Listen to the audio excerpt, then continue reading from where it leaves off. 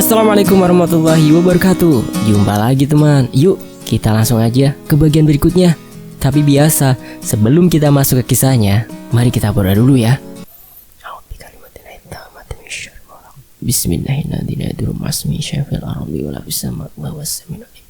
Allahumma sholli ala sayyidina Muhammad sallallahu alaihi wasallam.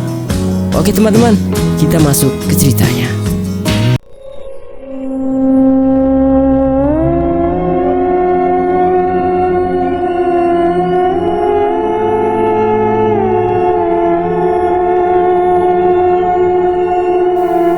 Di saat aku tengah sibuk berpikir, ku dengar Abah berbicara pelan kepadaku. Mas, iya bah, sahutku gagap. Mas mau bantu istri mas? Tanya Abah lagi. Kedua tangan Abah masih di posisi semula. Aku mengangguk. Apapun akan saya lakukan untuk kesembuhan istri saya, Bah. Jawabku tegas, namun dengan sedikit was-was. Karena aku merasa aku akan bersentuhan dengan sesuatu yang tak kuinginkan. Abah tersenyum. Ia lalu berkata, Mas, sekarang temui Soleh di pondokan kecil di belakang rumah Abah. Ajak dia untuk menemani mencari daun bambu yang bergoyang sendirian. Hah? Maksudnya Bah? Tanyaku dengan jantung mulai berdegup kencang. Iya, ajak Soleh buat bantu Mas cari daun bambu yang sedang bergoyang sendirian. Abah lihat daun itu ada di kebun Abah. Mas nanti sama Soleh pergi jalan kaki aja, dekat kok, kata Abah, juga dengan disertai senyuman. Bagiku bukan masalah jauh dekatnya jarak, tapi daunnya. Kenapa pula Abah mau daun bambu tengah malam begini? Sudah begitu, daun itu harus yang sedang bergerak-gerak sendirian lagi. Dan kenapa harus daun bambu? Pohonnya sendiri sudah punya reputasi mengerikan sebagai tempat bersemayamnya itu tuh. Semua ini gara-gara si kampret Sukirman, gerutuku dalam hati. Tapi mau bagaimana lagi? Ini perintah Abah, dan aku yakin Abah sudah memikirkan untuk apa daun itu nantinya. Kulihat tubuh istriku yang masih mengambang di atas tikar, juga masih dengan kedua mata yang terpejam. Kulihat di wajahnya ada guratan-guratan tipis, tanda usianya yang sudah tak lagi muda. Kubayangkan penderitaan istriku di sana. Sungguh sangat kasihan sekali rasanya. Aku harus kuat demi istriku dan demi keluargaku seluruhnya. Masa nyari daun bambu aja takut. Setelah aku berhasil mensugesti diriku sendiri dengan keberanian, aku lalu berpamitan dengan Abah. Sebelum melepas kepergianku, Abah berpesan, kalau daun bambunya yang bergoyang sudah ketemu, langsung ambil ya, pakai tangan kanan. Ingat Mas, tangan kanan. Baca bismillah dulu ya. Terus berzikir di dalam hati ya. Lalu satu lagi, jangan pernah Mas menengok ke atas, karena daun itu Abah lihat sejajar tingginya dengan kepala Mas. Sekali lagi ingat, jangan sesekali melihat ke atas, katanya. Aku mengangguk. Aku segera melangkah ke belakang rumah Abah. Di sana terdapat 2 pondokan kecil khusus bagi santri-santri Abah. Satu pondok berdiri di belakang rumah Abah, tepat di belakangnya. Sedangkan satu lagi agak jauh dari rumah Abah, tapi masih dalam satu lingkungan rumah Abah. Aku pergi ke pondokan yang menempel dengan tembok belakang rumah, karena di sana biasanya Soleh tidur. Dan benar saja, saat aku akan naik ke pondokan, Soleh kulihat masih duduk di dalam pondokan sambil mengaji. Agak ragu aku untuk mengganggu aktivitasnya, tapi aku mengingat kembali pesan Abah dan juga kondisi istriku. Assalamualaikum, kataku dengan perlahan, takut membangunkan beberapa santri lain yang sedang tidur. Soleh menghentikan aktivitas mengajinya. Waalaikumsalam, sahutnya. Soleh langsung berdiri begitu melihatku berdiri di depan pondokannya. Kulihat ia langsung membereskan perlengkapannya mengaji. Lalu ia turun dari pondokan. Ada apa, A? Tanya Soleh padaku. Aku lalu menjelaskan kepadanya maksud dari kedatanganku. Soleh mengangguk tanda mengerti. Ya udah, ayo atuh katanya cepat. Kami lalu beriringan berangkat menuju kebun milik Abah. Kata Soleh, kebun itu tak begitu jauh, hanya sekitar 10 menit jalan kaki ke arah belakang rumah. Cerita berikut ini adalah berdasarkan pengalaman istriku ya, di saat aku tengah mencari daun bambu itu. Dan inilah kisahnya. Saat itu, aku di sini, istrinya Mas Dedi ya, atau papa muda. Aku sedang menunggu kedatangan Abah bersama suamiku di pondokan. Aku bertanya, Abah masih lama nggak ya? Tanyaku pada suamiku. Nggak tahu bun, kita tunggu aja ya. Jawabnya sambil kulihat ia memperbaiki duduknya. Aku saat itu sudah sedikit lebih tenang, karena masalahku sebagian besar sudah tuntas. Hubunganku dengan suamiku sudah mulai membaik. Dia sudah kembali memanggilku dengan sebutan Bunda. Bukan dia atau kamu lagi. Tak lama, Abah kulihat berjalan dengan tenang ke arah kami. Ia lalu naik ke pondokan ini dan duduk agak jauh di hadapan kami. Abah lalu memanggilku untuk mendekat. Aku menoleh ke arah suamiku. Ia mengangguk. Aku segera menggeser dudukku agar lebih mendekat ke arah Abah. Abah memberiku isyarat agar aku memejamkan mata dan membalikan badan. Aku menurut. Kini, sambil terpejam, aku duduk memunggungi Abah. Aku merasa sedikit tidak enak dan merasa kurang sopan. Tapi aku segera mengenyahkan pikiran itu. Aku harus fokus dengan penjemuhanku. Aku yakinkan dalam diriku bahwa Abah lebih tahu daripada kami berdua. Abah berbisik kepadaku, pasrahkan sama Gusti Allah, Neng. Yakinlah bahwa ini akan menyembuhkan Neng. Neng harus yakin sama Gusti Allah. Karena kalau Neng tidak yakin, sehebat apapun Abah, hasilnya akan percuma. Setelah mendengar perkataan Abah, aku mulai mensugesti diriku. Aku harus yakin akan kekuatan Allah. Aku mulai melemaskan seluruh tubuhku dari yang awalnya tegang. Dan tiba-tiba saja aku merasakan denyutan yang sangat keras merambat dari tulang ekor punggungku menuju ke atas. Dan saat sampai daerah dada, aku berteriak keras. Tak tahan dengan rasa sakit dan panasnya, aku membuka mata. Di mana? Aku kaget begitu aku membuka mata. Kulihat di sekelilingku hanyalah semak belukar dan pepohonan. Tidak ada Abah, pondokan dan juga suamiku. Aku melihat sekeliling sekali lagi dan hasilnya tetap sama. Tak ada siapapun, hanya pepohonan dan semak belukar di sana sini. Dan anehnya lagi, suasana di sini tidaklah gelap seperti tadi. Yang kurasakan saat itu adalah seperti sore menjelang malam. Iya, seperti waktu maghrib, atau dalam bahasa lain adalah waktu sendikala. Tapi aku merasakan bahwa aku tidaklah sendirian di sini. Aku yakin, sangat yakin bahwa ada sesuatu atau sesosok makhluk yang ada entah di mana sedang mengawasiku. Aku ingin sekali berteriak, memanggil nama suamiku dan Abah. Tapi aku takut. Takut kalau yang datang malah sesuatu yang kini kurasakan sedang mengawasiku. Bulu kuduku merang. Bulu kuduku meremang. Srak. Aku terkejut.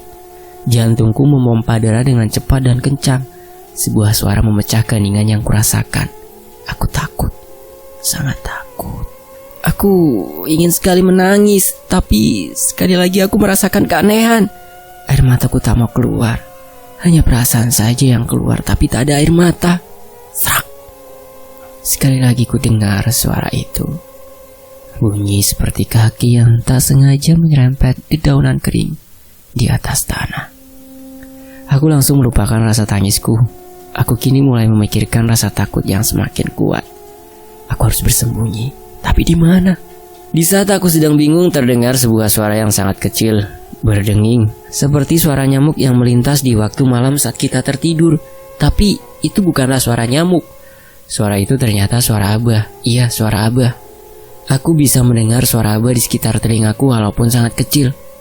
Neng, lari dari situ. Jalan lurus, jangan belok-belok. Nanti Neng akan menemukan sebuah goa. Neng masuk, tapi... Suara Abah terputus. Karena konsentrasiku terganggu dengan suara srak, srak, srak, srak yang lagi-lagi terdengar dan suara ini semakin jelas. Pertanda pemilik suara itu semakin dekat denganku. Aku mencoba berkonsentrasi lagi. Tapi suara Abah sudah hilang. Tak menunggu waktu lama, aku segera mengikuti perkataan yang ku yakin berasal dari Abah. Aku berjalan lurus. Aku bukan berjalan tetapi berlari lurus ke depan. Saking takutnya aku berlari lurus menerobos semak belukar yang menghalangiku. Baju dan celana yang ku kenakan mulai ada yang robek dan kotor, tapi aku tak memedulikannya. Aku tidak akan berhenti sebelum berhasil menemukan goa yang Abah katakan. Di saat aku berlari, aku lalu berhenti karena menghadang 3 pohon besar di jalur lintasanku. Kalau aku memaksa maju tak mungkin, karena pohon-pohon itu tumbuh sangat rapat. Ada sebuah celah kecil di antara pohon-pohon itu, karena ada satu pohon yang tidak bersentuhan rapat dengan pohon di sebelahnya. Pohon itu lebih kecil dari 2 pohon lainnya, tapi celah itu hanya cukup untuk tubuh anak kecil. Aku coba melihat di sisi kiri pohon yang agak kecil. Ada sebuah jurang yang cukup dalam. Aku segera melihat di sisi sebelah kanan. Kulihat banyak tumbuhan berduri sangat tajam, seperti pohon-pohon jeruk tapi lebih kecil dan lebat. Satu-satunya jalan adalah aku harus berlari memutari semak-semak berduri tajam itu. Tapi aku takut nanti tidak bisa bertemu jalur ini lagi. Karena jujur, aku sangat pelupa dengan yang namanya menghafal jalan. Karena itu aku tidak ikut kegiatan pramuka waktu sekolah dulu. Tapi kalau aku terus di sini juga, bisa-bisa sesuatu itu keburu muncul dan menangkapku. Serak. Suara itu muncul kembali. Aku menoleh ke belakang. Kulihat pohon-pohon bergoyang di belakang sana. Entah apapun itu, tapi aku sangat yakin bahwa makhluk yang mengejarku memiliki ukuran tubuh yang tinggi dan besar. Ya Allah, gimana ini? Tanyaku putus asa. Tiba-tiba dari arah jurang melintas 2 buah kupu-kupu berwarna cerah di depanku. Mereka melintasiku dan mengarah menuju pinggiran semak belukar berduri tajam di sisi kanan. Entah atas dasar apa aku secara naluriah berjalan mengikuti kedua binatang cantik itu. Kedua kupu-kupu itu terus terbang berdampingan sepanjang sisi semak berduri itu. Mereka mungkin seperti menyuruhku untuk mengikuti mereka. Karena saat aku agak menjauh, salah satu kupu-kupu yang ukurannya lebih kecil itu akan terbang rendah mendekat ke arahku. Lalu terbang menjauh lagi di mana kupu-kupu besar itu terbang. Aku terus mengikuti mereka. Sampai di mana aku menemukan sebuah jalan yang agak lapang, di mana semak-semaknya sudah tidak berduri lagi. Aku memandang kedua binatang itu. Kulihat mereka terbang melintasi semak tersebut. Aku mengikutinya dan seperti yang kuduga, kedua kupu-kupu itu kembali terbang seperti memutari semak-semak ini. Aku gembira melihatnya karena ternyata aku tak sendirian. Ada sesuatu yang membantuku untuk menemukan jalan ini. Siapapun itu, aku sangat bersyukur kepada Allah Subhanahu wa Ta'ala atas pertolongannya. Tak berapa lama aku berhasil kembali ke tempat di mana ketiga pohon itu berdiri. Aku tersenyum senang. Aku lalu hendak berjalan kembali sesuai dengan petunjuk Abah. Tetapi saat aku hendak menghadap ke kanan, makhluk yang selama ini membayangi gerakanku menampakkan wujudnya. Makhluk itu ternyata sudah sampai di sisi lain ketiga pohon besar yang rapat itu. Aku melihat tubuhnya yang besar dan tinggi, hampir menyamai tinggi pohon besar di sebelah kirinya. Bisa kulihat bulu-bulu lebat panjang yang menutup sekujur badan. Mata merahnya mengintip dari celah pohon. Lalu, suara yang dulu pernah ku dengar kembali terdengar, dan ini sangat jelas. Rara, Rara, Rara. Kita sampai di chapter pengalaman kami bagian 2 ya. Kita kembali ke perjalananku. Aku di sini papa muda ya. Perjalananku dengan Soleh untuk mencari daun bambu pesanan Abah tadi. Oke, lanjut. Aku berjalan beriringan dengan Soleh. Aku memperhatikan anak muda yang masih berusia belasan tahun ini. Kecil, tingginya hanya sepundakku, berambut gondrong dan sedikit kecoklatan. Warna kulitnya sendiri sawo matang. Soleh malam itu memakai baju koko dan hanya bercelana komprang saja. Sebuah sarung bekas tadi ia mengaji, ia selempangkan di tubuhnya. Aku memasukkan kedua tanganku ke saku jaketku ketika angin malam bertiup agak kencang. Brrr, dingin banget di sini, kataku memecah suasana. Soleh menoleh ke arahku sekilas. Ia lalu menjawab, iya namanya juga udara di kampung, malam lagi. Beda tuh sama angin di kota, yang meskipun malam tetap aja ngerasa panas, sumuk. Aku tertawa. Bener banget Leh, Enakan di sini udaranya, sejuk dingin, ujarku. Soleh mengangguk. Kami berjalan dengan langkah cepat. Aku sesekali hampir jatuh terpleset karena jalanan yang gelap. Kami berdua lupa tidak membawa senter dan HP-ku. Aku malah meninggalkannya di tempat Abah. Ah, goblok. Masih jauh, Leh? Tanyaku sambil menandingi. Enggak, sebentar lagi. Nanti kalau udah lewatin sawah-sawah ini, kita sampai di kebun punya Abah, jawab Soleh santai. Kami terdiam lagi, hanya suara langkah kaki kami yang terdengar. Sesekali suara-suara binatang malam terdengar. Aku merinding. Begitu kakiku sampai di depan kebun Abah, Soleh kulihat masuk ke dalam kebun. Ia menoleh karena melihatku masih diam di tempat. Kenapa, Ayo masuk, kata Soleh. Iya, jawabku gugup. Begitu kakiku melangkah, hampir semua bulu kuduku berdiri. Kurasakan pori-poriku membesar. Aku berdiri diam di tempat begitu masuk ke kebun Abah. Kaki dan hatiku sangat berat untuk melangkah. Panca indera ku kurasakan menyuruhku untuk diam saja di tempat ini. Atau kalau bisa aku harus cepatnya keluar dari kebun ini. Soleh yang melihatku diam datang mendekat. Sambil menggoyangkan tanganku, ia berkata, Kenapa, Ayo kita harus cepat. Bukannya butuh daun bambu secepatnya? Tanya Soleh sambil mengingatkanku akan maksud dan tujuanku datang ke tempat ini.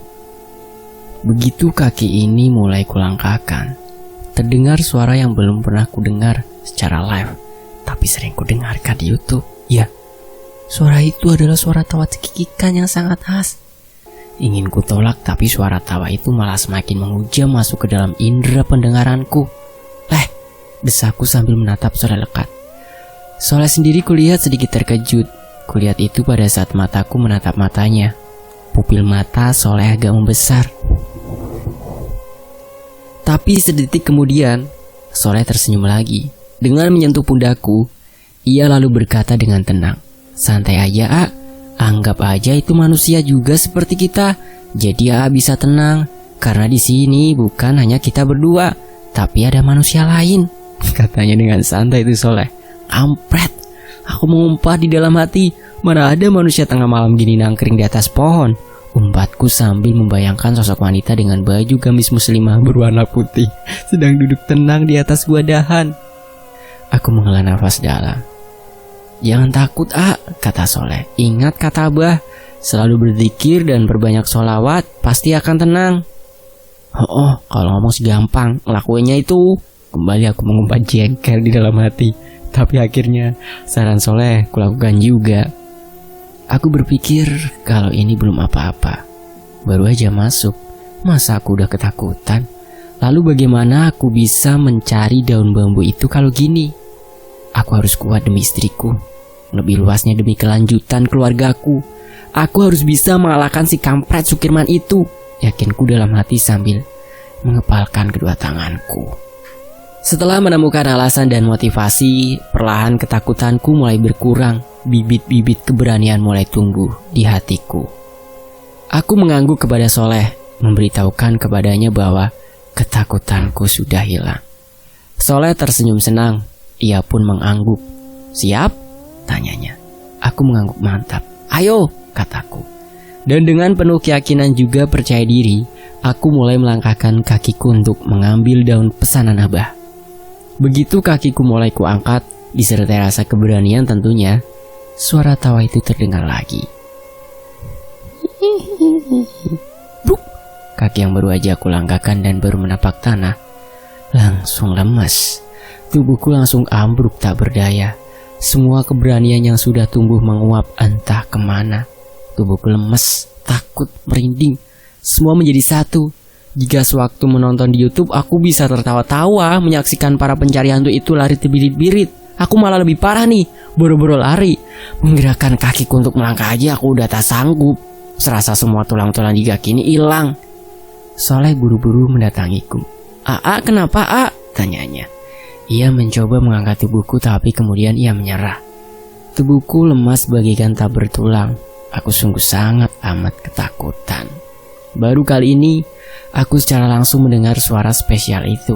Aku berpikir, baru suaranya aja udah lemes, apalagi ditambahkan wujudnya. Bisa-bisa pingsan.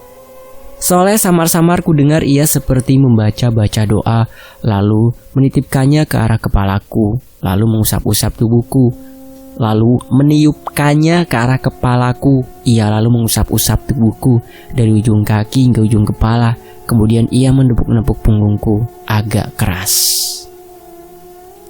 Aa harus terus berzikir, jangan sampai kosong, karena kuntilanak itu tadi hampir saja merasuki tubuh Aa. Untungnya tubuh Aa masih ada perlindungan dari Abah, jadi dia mentah lagi, kata Soleh. Abah? Iya, aku langsung teringat akan Abah.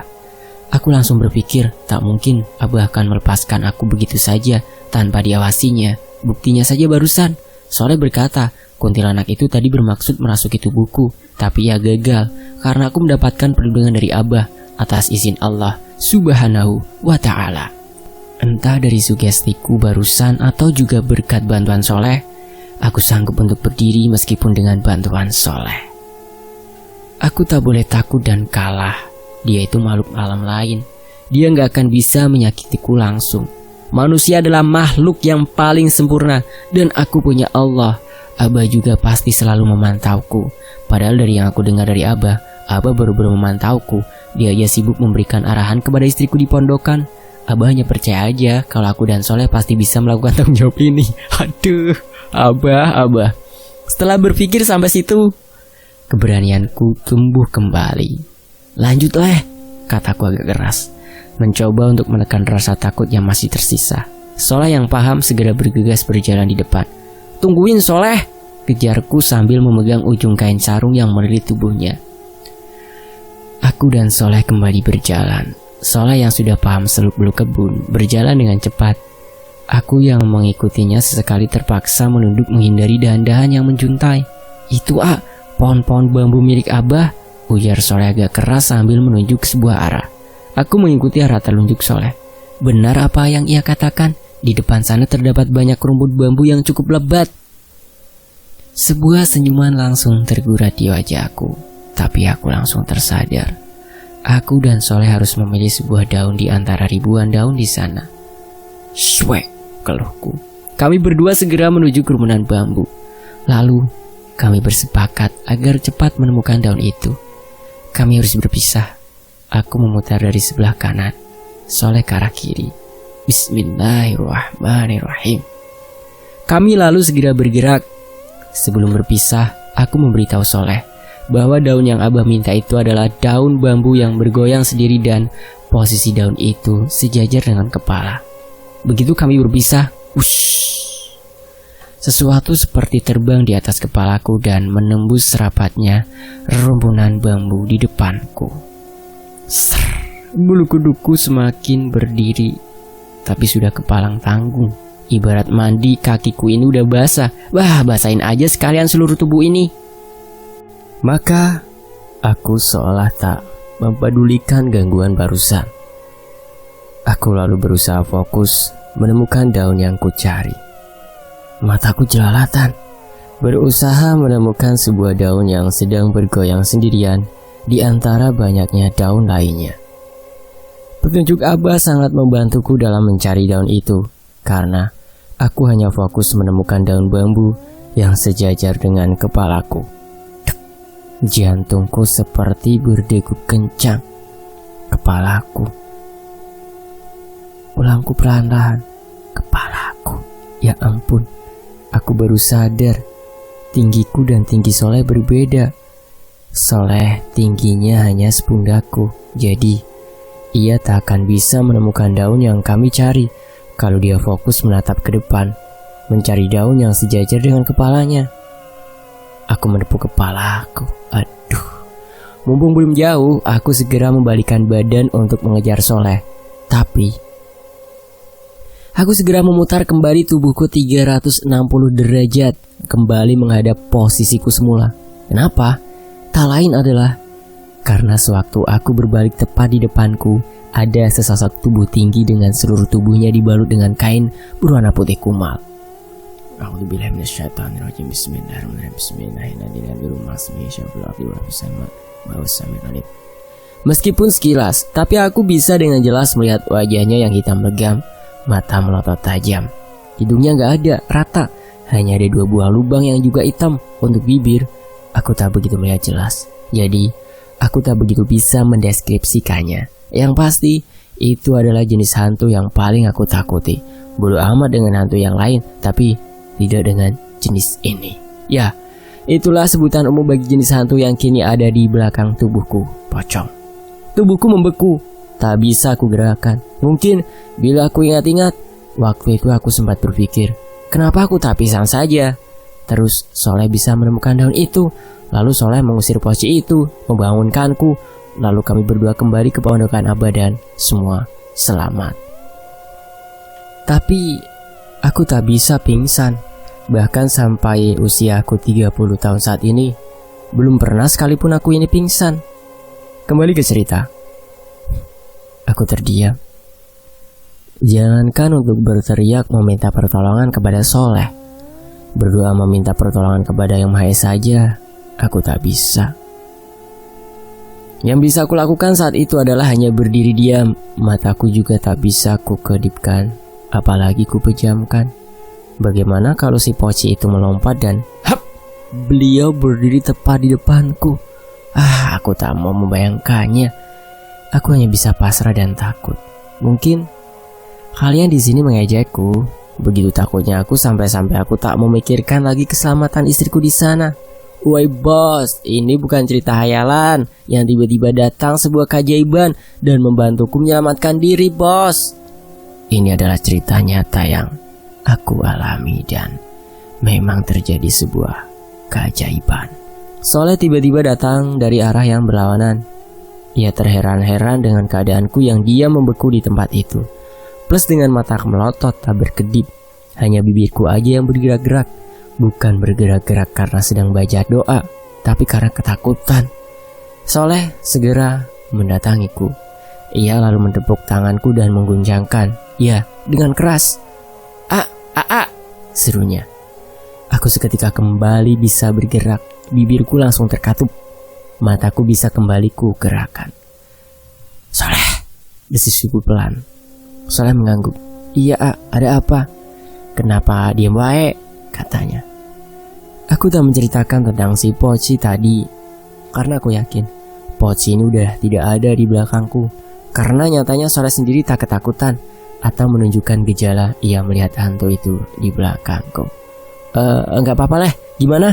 Kamu bisa nemuinya? Tanyaku. Soleh mengangguk. Daun ini enggak persis di depan mataku sih, tapi agak di atas. Jadi aku harus sedikit mendongak sewaktu mengambilnya, katanya sambil menunjukkan sebuah daun bambu di tangan kanannya. Alhamdulillah, ujarku bersyukur. Gak sia-sia nih bocil gua ajak, kataku dalam hati sambil tersenyum. Aku langsung berjanji untuk memberinya hadiah suatu saat nanti. Ya udah, sekarang kita kembali ke pondokan Abah yuk, kata Soleh. Aku langsung mengangguk. Dengan sedikit was-was, aku berbalik badan dan pocong itu masih ada dong. Kampret. Aku dengan cepat berbalik arah kembali. Soleh masih memandangiku dengan tersenyum. Dengan sedikit heran, tapi lebih banyak takutnya, karena di belakangku ada Mr. Poci. Aku memandang ke arahnya dengan penuh tanda tanya. Kenapa bocil satu ini gak merasa takut sama sekali dengan hantu di belakangku ini? Begitulah pikirku. Soleh menarik tanganku dengan keras. Aku terpaksa mengikuti langkahnya. Meskipun ketakutan masih menyelimutiku, tapi aku merasa bersyukur sekali waktu itu. Karena berkat bantuan Soleh, aku bisa berjalan kembali menjauhi sosok putih terbungkus kain itu. Di saat aku dan Soleh masih berjalan di kebun milik Abah, tiba-tiba di atasku kembali terdengar suara ketawa cekikikan seperti awal kami masuk. Suara itu terdengar sangat jelas sekali. Bahkan lama-lama suara itu seperti mendekat dan semakin dekat ke arah posisi kami berada. Soleh yang berada di depanku berhenti. Hampir saja aku yang sedang berjalan agak cepat menabrak tubuhnya. Soleh kulihat mengambil segenggam tanah. Ia lalu seperti membaca doa dengan tanah yang digenggam itu di depan wajahnya. Setelah selesai, Soleh tiba-tiba saja melemparkan tanah yang ia genggam ke arah sebuah pohon kapuk di sebelah kiri kami. Pohon kapuk itu berjarak kira-kira hanya 10 meteran dari posisi kami berada. Entah mujarab atau bagaimana, suara kuntilanak yang tadi kami dengar itu menghilang. Tak ada suara ketawanya sama sekali di sekitar kami. Hanya saja, entah dari mana datangnya, tiba-tiba saja ada angin yang sedikit kencang menabrak kami berdua. Aku mengangkat tangan kiriku untuk sedikit mengurangi efek angin kencang itu. Mataku secara refleks melihat ke arah kiri, arah di mana angin itu kurasakan datang. Astagfirullah. Aku terkejut dan kaget. Kedua pupil mataku tanpa kusuruh langsung membesar di sana. Kulihat ada beberapa makhluk dibungkus kain berdiri tegak, tenang, dan jelas. Di dekat beberapa pohon pisang yang tumbuh di kebun Abah, para Mr. Poci itu berbaris. Ada yang nyempil di antara pohon-pohon pisang. Ada pula yang secara terang-terangan menampakkan wujudnya. Seingatku di sana kulihat ada 4 Mr. Poci yang berbaris. Tapi aku sendiri tidak bisa memastikan jumlahnya. Bisa saja kurang atau mungkin lebih. Karena pohon-pohon pisang itu cukup banyak dan agak saling berdempetan. Jadi bisa saja karena ketakutan. Batang pohon pisang pun kulihat sebagai pocong. Aku langsung menundukkan kepala aku, memandang ke arah bawah. Soleh sendiri langsung mengajakku berjalan lagi. Punten, ini daunnya biar pegang aja. Takutnya nanti hilang atau bisa rusak sama Soleh, kata Soleh sambil mengelurkan sebuah daun bambu yang berhasil ia ambil. Aku segera menerimanya dengan tangan agak sedikit gemetar, syok, dan takut. Aku segera menyimpan daun itu di saku jaketku. Makasih ya Leh, alhamdulillahnya kamu bisa nemuin daun ini dengan cepat, kataku. Setelah daun itu aku masukkan ke dalam jaket. Sama-sama jawabnya sambil terus berjalan. Hawa yang sangat amat tidak enak semakin kurasakan mengelilingi kami. Seolah-olah hawa itu adalah jelmaan berbagai sosok makhluk halus penunggu kebun Abah yang terus mengikuti perjalanan kami. Apalagi di bagian belakangku, seolah ada sesuatu yang terbang bolak-balik di belakang tubuhku. Aku bisa berkata demikian karena yang kurasakan malam itu adalah karena aku merasa ada angin dan juga sebuah benda halus, tapi merasa panjang yang selalu bolak-balik mengenai tengkuk dan kepalaku bagian belakang. Dan hal itu terjadi semakin lama semakin sering saja. Oh ya, teman-teman pernah gak sih teman-teman itu dilarang untuk melihat sesuatu? Sangat dilarang. Tapi di dalam diri teman-teman itu malah timbul rasa ingin melihatnya. Jadi semakin dilarang melihat, malah semakin penasaran untuk melakukannya. Nah, itu jugalah yang terjadi kepadaku malam itu. Aku masih ingat dengan jelas perkataan Abah. Lalu satu hal lagi, jangan pernah Mas menengok ke atas, karena daun itu Abah lihat sejajar tingginya dengan kepala Mas. Sekali lagi ingat, jangan sesekali melihat ke atas. Nah, itulah kalimatnya. Sebuah kalimat yang ingin ku turuti, tapi juga sangat amat ingin ku langgar. Di dalam hatiku, aku sangat ingin mematuhi perintah Abah tersebut, karena aku yakin itu adalah hal yang terbaik bagiku.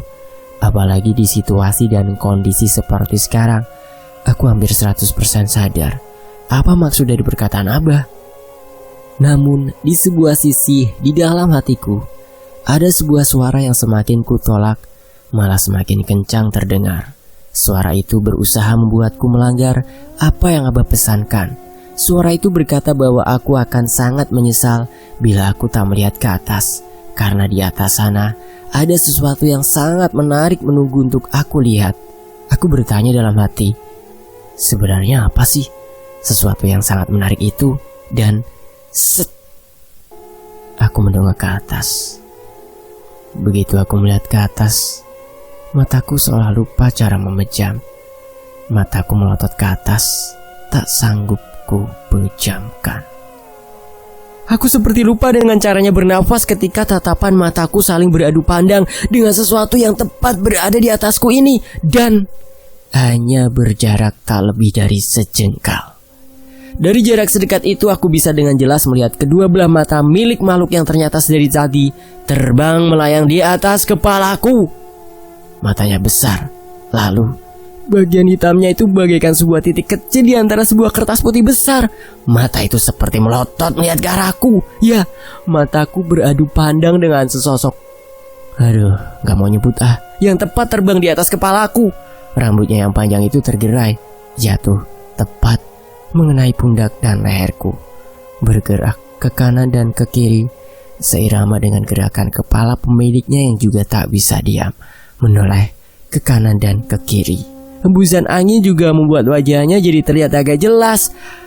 Aku melihat kulit yang cacat seperti bekas terbakar, meninggalkan noda merah kehitaman. Dagingnya juga ada yang terkelupas keluar dari kulitnya. Hidung juga seperti bekas terbakar.